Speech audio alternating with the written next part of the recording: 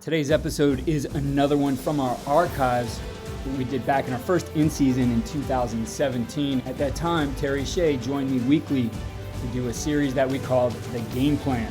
Terry Shea does consulting work for the NFL for future draft prospects, and he served as the Chicago Bears offensive coordinator as well as the quarterbacks coach for the Kansas City Chiefs, Miami Dolphins, and St. Louis Rams. This episode, we talk about adding a wrinkle, and Coach shares some great insight into the way that he thought about adding things to his offense. So let's take a listen to this episode with Coach Terry Shea. And we're joined again by Coach Shea for another episode of The Game Plan. Coach Shea, good to have you back here this week. It's great to be here, Keith. Looking forward to it. Coach, we're going to talk about adding a wrinkle this week, and it's something obviously every coach talks about over the course of the season, that they want to add a wrinkle. But really, when you think about doing those types of things, you have to do more than just add a play, maybe that you saw an opponent use successfully, or think about adding something that really fits into your scheme. So let's start with that process and thinking about how we get to that point to make those decisions. And starting it off with, obviously, a self-scout. What types of things, as you were a coordinator and a head coach, did you really want to find in the self-scout? Well, I think it certainly begins with your offensive tendencies. If we're speaking of a wrinkle on the offensive side of the ball, you want to make sure you evaluate what you look like in the eyes of your opponent, and that's what the self-scout process gives you. And obviously, field position, down and distance, some of the game situations play into the self-scout, and you want to make sure that after the self-scout evaluation is completed, that you are definite in terms of why you want to put in a wrinkle, and then of course the procedure on how you progress in terms of the teaching process. And overall, Coach, I don't think having a tendency is a bad thing, but the purpose of that self-scout is to know what your tendencies are and to determine when is the appropriate time to break those tendencies. How did you view that as far as developing them over the course of a few games, and then deciding like, hey, here's the point where maybe we break this tendency? Well, you obviously run the plays you believe in. Once that is in the evolution of your offense, you try to make sure that whatever plays you are repeating and the tendency is created by that repetition, then you want to make sure you understand, okay, are they successful? Are the plays that I'm running successful? And that would send out an alert to your opponent that if they're going to stop you on offense, they've got to take away some of the best things you do. And I think that's where you begin to think about, okay, how do I counterpunch that?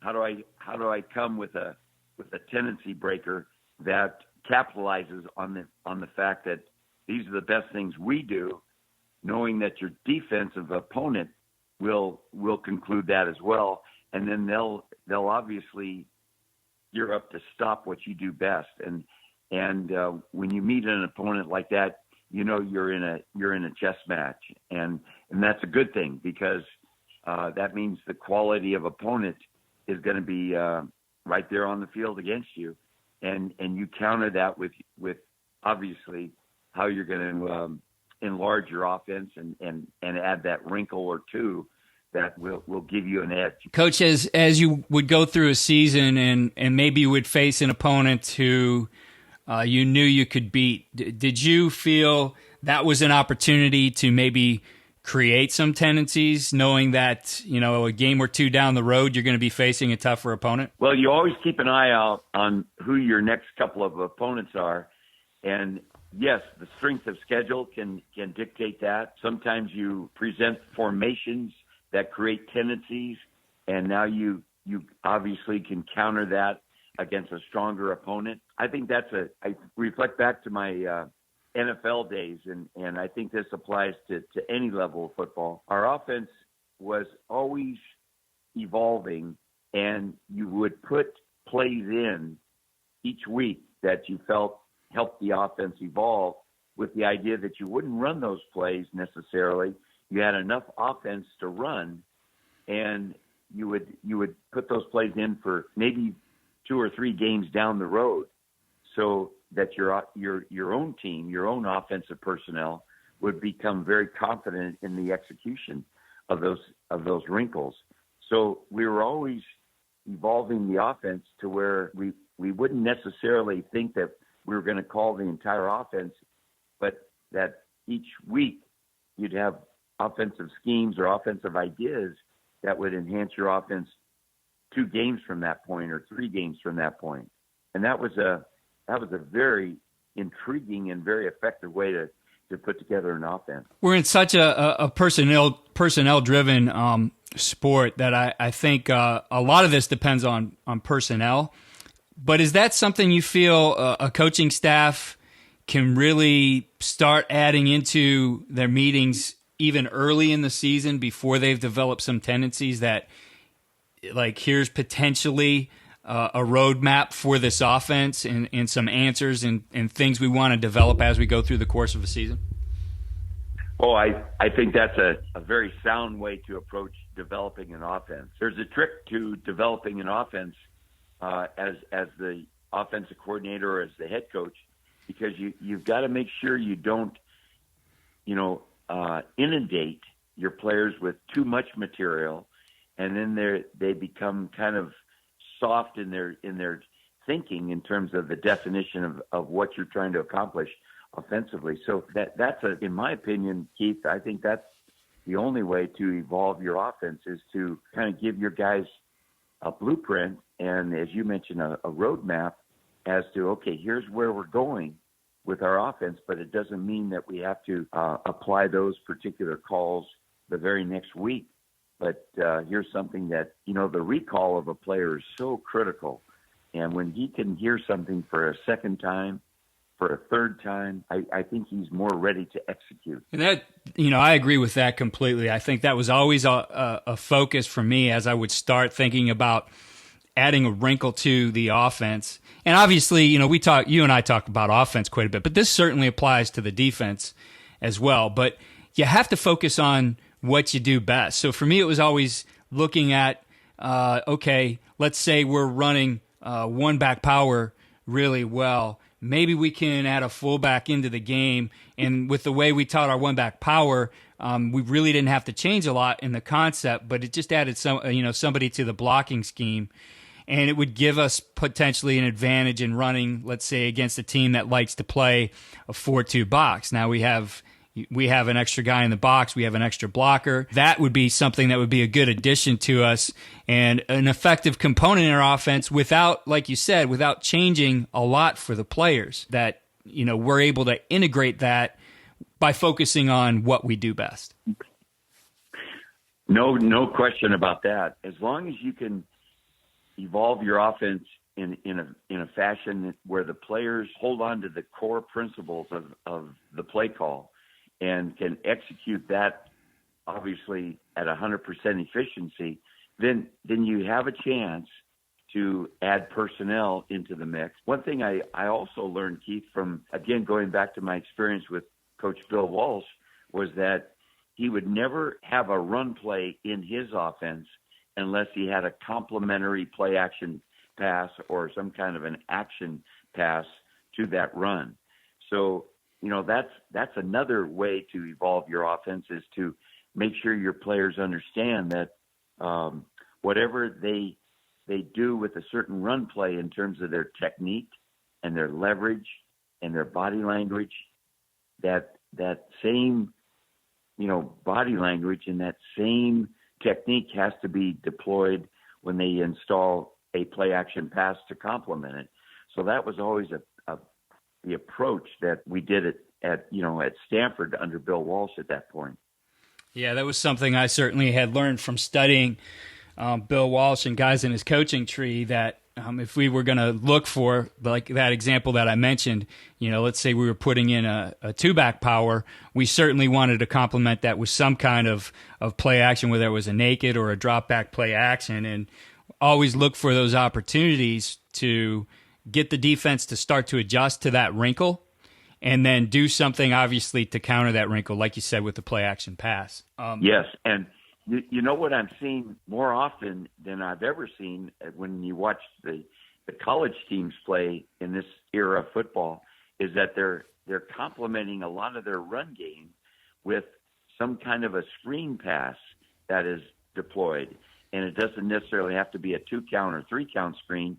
Sometimes they'll show you the run and get the ball out to the edge quickly on the quick screen concept. But that's fascinating. My interest in terms of watching the college team's offense evolve, and it seems like the screen pass is really a big part of that evolution, more so than sometimes play action. Well, definitely. It's a way that they clean up the box a little bit and get to spread out the defense. And I'm glad you brought screens up, because that was something on my list of a way to add a wrinkle. I always would install our basic screens at the beginning of the year, and they kind of always had like a vanilla flavor to them, because I think eventually screens become more effective when you can tie them to, again, a tendency, a look. Maybe you have, for example, a slow screen that you run out of a passing formation, or like you said, there's some kind of a wide receiver screen out of a run formation. Those really start to complement your offense well, as you can look for opportunities to add that screen concept to another component, especially if that component of the offense has a tendency that's developed. Oh, yes. Great concepts. And, you know, what I'm really fascinated with in this era of football is there are more screens that are being developed with when you pull your guard and you pull your fullback and you run that weak side counter kind of play, and then you leak out your front side guard and possibly center to the other side of the action. Teams are really being very cute with how they're setting up their screens and getting those linebackers to move, and then you've got the screen on the back side of that. So I think I'm sure the high school coaches can install those kinds of concepts just as easily as the college game. Well, I think when you start moving your linemen, as you mentioned in that example, let's say running a counter one way and then leaking out linemen the other way, you really separate the defense. And I've seen teams doing that actually. Right here in Cleveland, the Browns have been doing it with DeShone Kizer, where they're running a pin and pull concept one way with a jet sweep the other way, and the effect is, what I've seen in games is guys are following those guys on the pull. There's an end left right there. You got receivers blocking on the perimeter, and the defense just completely separates. Half of it goes one way, and they're really left thin on the other side. And I think that's the same effect you can do with the screen as well. And obviously, what teams are doing with the read game. I think read game right now, whether that's RPO or a run read, or like you mentioned, a run screen option, certainly great wrinkles to add to some of the things you're doing. But the thing I would emphasize as you start to get into, I guess, some of the RPOs and option game is option really needs time on task. And there's a lot of guys who believe like you don't get into those things because it requires so much time on task. Well, I can appreciate that.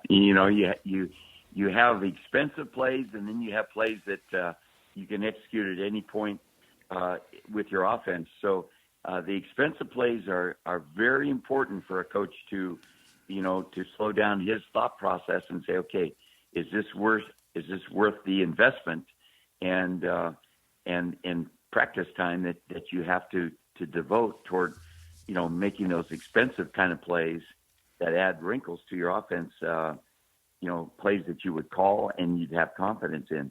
I do want to make sure that coaches hear the process or what I feel is the important segment of the process, and that is when you add a wrinkle to your offense. I think the very most important player that has to understand the concept and the actual reason why you're deploying such a play is your quarterback. And boy, not only does he have to hear it in a meeting, it's probably best that he have a chance to see it on tape if you're borrowing this kind of a wrinkle from an opponent or from another level of football, you got to make sure your quarterback can visualize it, he can hear it, he writes it down in his notebook, and then he goes out on the practice field. And you really want to make sure that one position, the quarterback position, has multiple reps at the play that you're installing to create the wrinkle, or several plays. So I think that is, when you get into the process of developing your offense, you've got to make sure your quarterback experiences that particular play call at not only the mental part of the game, but he has a chance physically to execute it on the practice field. And you want to make sure he has 3 or 4 quality reps during the course of that week if you're going to call that play on Friday night. I agree with you 100%, Coach. And I think looking at it from the other side of the ball, the defensive side of the ball, you really need to be sure the guys who can make those adjustments and add the wrinkles on the defensive side are your safeties, because the safeties have to make everybody right. I was listening to something from Steve Speck at St. Xavier High School in Cincinnati, and he talked about how in his defense, his philosophy is the linebackers make the linemen right, the safeties make the linebackers right, and the safeties always have to be right. And I think that really is the key when you look at it for the defense. If you're going to add something, if you're going to add a different blitz where they're going to have to fill, they're going to have to fit in a different way, those guys better really understand it, or your defense is going to end up in trouble. No question about it. And effective defensive play begins in the back line. I've always believed that.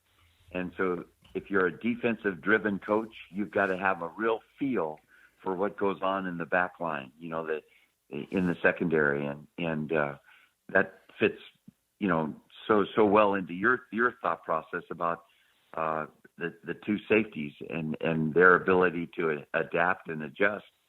And that's if you don't design your wrinkles on defense as they relate to what your secondary can or cannot do and how they can adapt, then you're probably better off not putting in that wrinkle.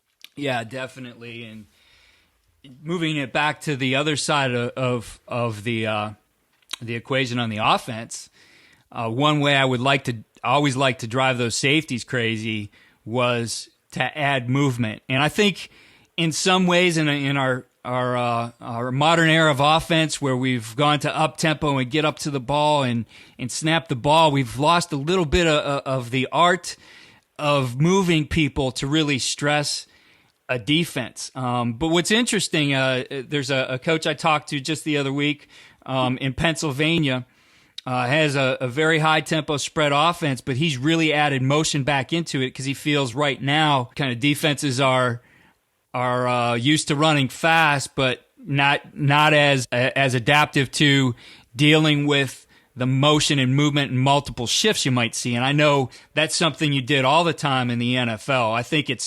I'd like to see it come back a little bit more. I love that kind of offense where you move multiple guys around. What are your thoughts on using movement to add a wrinkle, obviously, without having to change the structure of a play concept? Well, you're kind of putting a ball into my strike zone here, because all of my years spent in the NFL as a coach, our offensive scheme was always dictated by a movement and motion, and it was always built into every play call that we put our offense through. Now, these calls were generated from a huddle concept, and when you deal with the no huddle spread that is captivated the game of football, you really have to make sure you practice any kind of movement you have with your no huddle scheme. But you're starting to see college teams really start to incorporate I just watched a college game this past weekend up in Eugene, Oregon, and I saw the underdog opponent actually shift and then move from a no huddle scheme play after play after play. So, if you're going to buy into that, you've got to obviously spend an inordinate amount of time practicing those movement principles. But once you have them, I think it serves to your advantage. So I think you start, if you're starting to think, okay, I'm listening to this discussion and I want to put in some of these movement schemes, I think you either start with a real basic shifting concept, and then you evolve to couple that with the movement or the motion concept. And I think that's a great step-by-step development of your offense, and you can do it right in the middle of the season if you felt like it fits your offense. Yeah, it's definitely something that can give you an advantage. I guess I would like to stress the part of it, what I always looked at, rather than let's just add some motion to dress things up, was how can I affect the defense and start to make players essentially play out of position or play out of their skill set. For example, if I could find a way to get a free safety who's a little bit used to, rolling back to the center of the field or playing a little bit more pass defense than fitting on the run, I would want to find a way to shift or motion to get him to be run support, and likewise get that strong safety who's maybe more of a run fitter who really was a little bit more aggressive to make him have to play deep, and then with those movements look for opportunities to run the ball at the one guy and play action the other. And I think that's just one example of how to do it. But that was always my feeling is let's get guys to play where they're uncomfortable. Oh, yes. Yeah. The matchup football concept is effective at any level. And, of course, you see it in the NFL so predominantly. But there's another movement scheme that is becoming kind of the in thing in spread football now, and that is when you motion a player through the formation, you always allow your quarterback's eyes to track that motion, and if you see the adjustment in the coverage soften up or a defender run through with the receiver and then he softens, you've got a built-in a flash throw or a quick look throw out to the edge, and quarterbacks have that in their pocket, and if they see it, they can take it. Otherwise, they run the play designed by the call. So, teams are really starting to do some very cute things off of a simple motion that gives your quarterback the answer before the snap. Coach, in thinking of game planning this type of stuff, how much did you guys work on, anticipating what the adjustment might be or what the movement might be, the response by the defense, so that you would know, okay, when we do this, this is probably their adjustment, which is going to open up an area over here to attack. How much did you look at that as you game plan some movement? Well, that was always part of the evaluation of why you put in certain movement schemes. And we would always have our eyes as coaches fixed on the edge, meaning the outside linebacker, what was his adjustment, and of course, what was the safety's adjustment to that side of the motion scheme. So we tried to, during the course of a game, when you're trying to evaluate what the opponent is adjusting to, you've got to have certain defensive characters that you kind of target. And that was always the way we approached it. We tried to evaluate what the outside linebacker's adjustment was and what the safety to that side was. So it gave us reason as to, okay, here's what they're doing with those two defensive characters, and now we've got exactly what we want, or we've got a counter to what we thought we might have.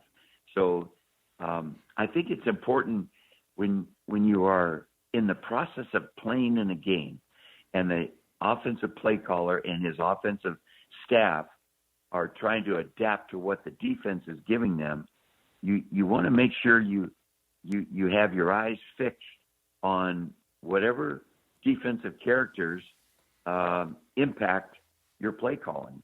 And you can't see all 11 until Monday morning when you go to watch the game tape, and then all of a sudden you see all that from a visual standpoint. But during the course of a game, you better have a very isolated viewpoint of what you're looking for in order to help you make the next play call.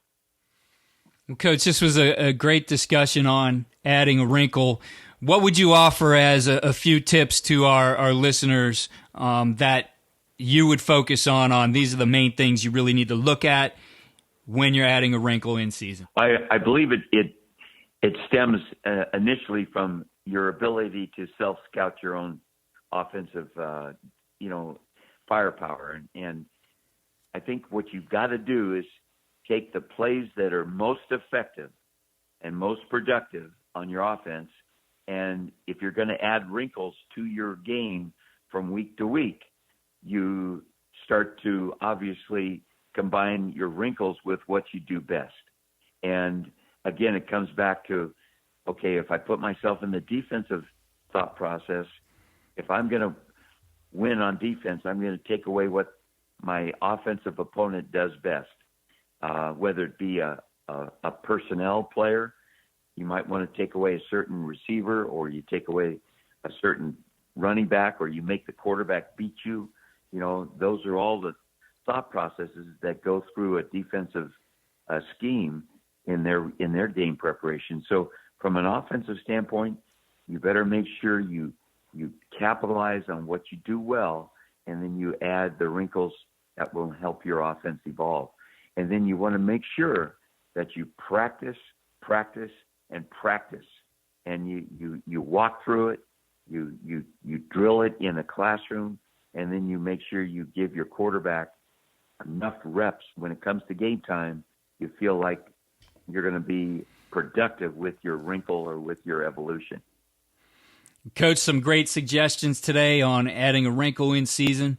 Next week, we're going to focus on strategies for next man up success, and looking at some of the games this past weekend. One in particular, the Alabama-Florida State game. DeAndre Francois goes down, their quarterback they've been planning on all season. He's had surgery already, and he's gone. There has to be someone ready. You look on the other side for Alabama, they lost some guys on the defensive side. You have to have those guys ready, and it's not just, we'll fix that problem when it comes to it. You really have to have a process, so that's what we'll discuss next week. Well, I look forward to that, and you can go even one more game into last weekend where UCLA had a tremendous comeback against Texas A&M, and, of course, the Texas A&M offense got stalled out when they lost their starting quarterback. So quarterback position is obviously one very important part of that, but there are other positions that